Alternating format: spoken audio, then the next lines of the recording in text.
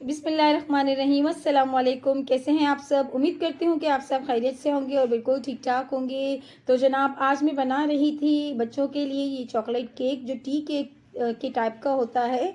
लेकिन फिर मैंने सोचा क्यों ना ये रेसिपी भी आप सबके साथ शेयर की जाए, तो जिनके घर में बच्चे हैं तो उनके लिए बहुत ही बेहतरीन है।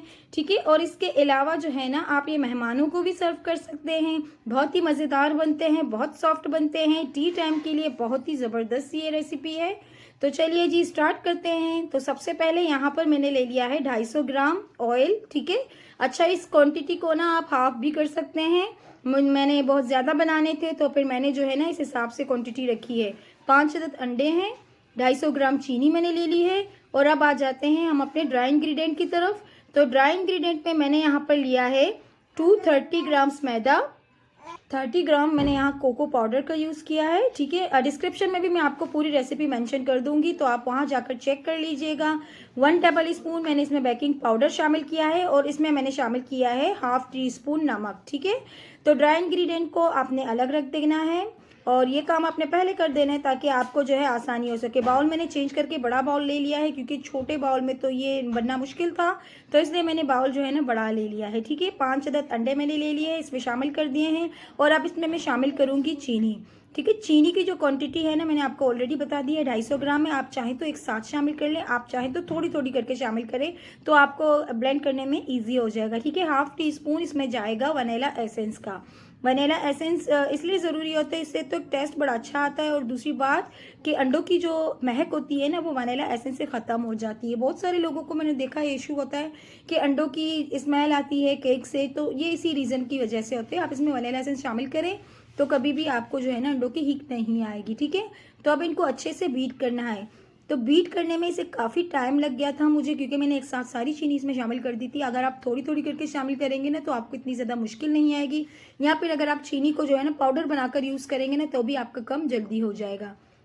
तो तकरीबन 12 से 15 मिनट मुझे लगे इसे बीट करने में, तब जाकर जो है ना ये इतने अच्छे तरीके से बीट हुआ है। इसके अंदर चीनी का कोई दाना नहीं रहा है। और यहाँ पर आप इसकी कंसिस्टेंसी चेक कर सकते हैं। जब मैं इसे गिराती हूँ ना तो ये 1-2 सेकंड के लिए स्टे कर रहा है। ठीक है। अब इस लेवल पर आकर मैं थोड़ा थोड़ा इसमें ऑयल शामिल करूँगी और साथ ही साथ जो है ना बीटर को चलाती भी जाऊँगी। ठीक है।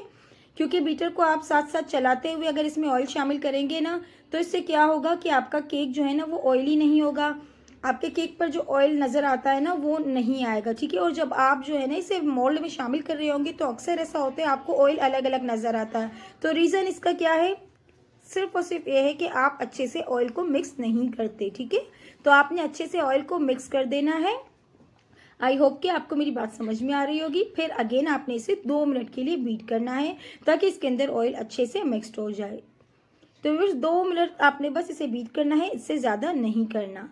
2 मिनट हो चुके हैं, मैंने इसे बीट कर लिया है। अब बारी आती है ड्राई इंग्रेडिएंट्स की। तो ड्राई इंग्रेडिएंट हमेशा आपने छान कर ही यूज़ करना है, क्योंकि अगर आप छान कर यूज़ करेंगे, एक तो यह है कि आप एयर पैदा हो जाएगा तो आपका केक जो है ना वो अच्छा सा फूल जाएगा।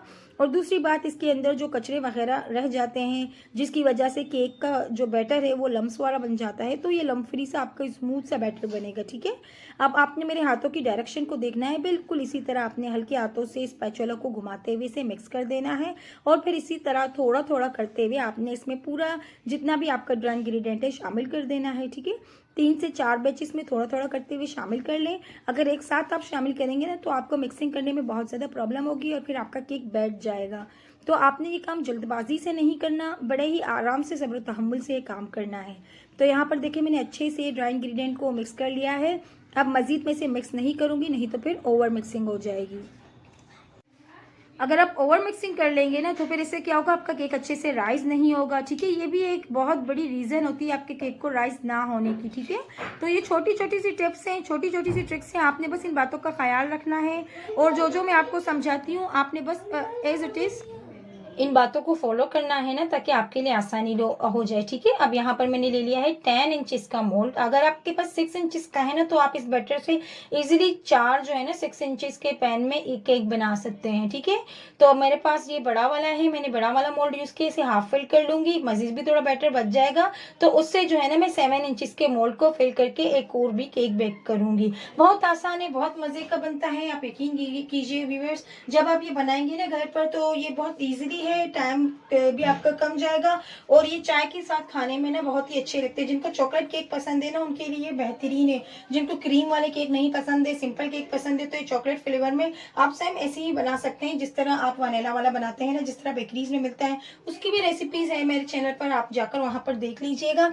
तो अब इनको मैं अच्छे से टैप टैप करके प्री हीटेड ओवन में इसे बेक करूंगी तकरीबन 40 से 45 मिनट के लिए, क्योंकि साइज में बड़ा है तो टाइम ज्यादा लगता है। ठीक है, जैसे ये बेक हो गया, इस पर मैंने पानी के साथ स्प्रे कर लिया था और फिर इसे मैंने ढककर रख दिया था 5 मिनट के लिए, ताकि ये सॉफ्ट हो जाए। ठीक है, इस तरह से जो है ना आपके केक कभी भी हार्ड नहीं होते ऊपर से। फिर आप इनको ऐसे ही रूम टेम्परेचर पर भी ना आप किसी एयरटाइट जार में रख सकते हैं और इजीली आप 4 दिन 5 दिन तक इसे खा सकते हैं। ये बिल्कुल भी ना हार्ड होते हैं ना खराब होते हैं। ठीक है, अब तो सर्दियों वाला मौसम है तो इतना मजे का बनता है और इसको आप काफी दिनों तक भी यूज कर सकते हैं।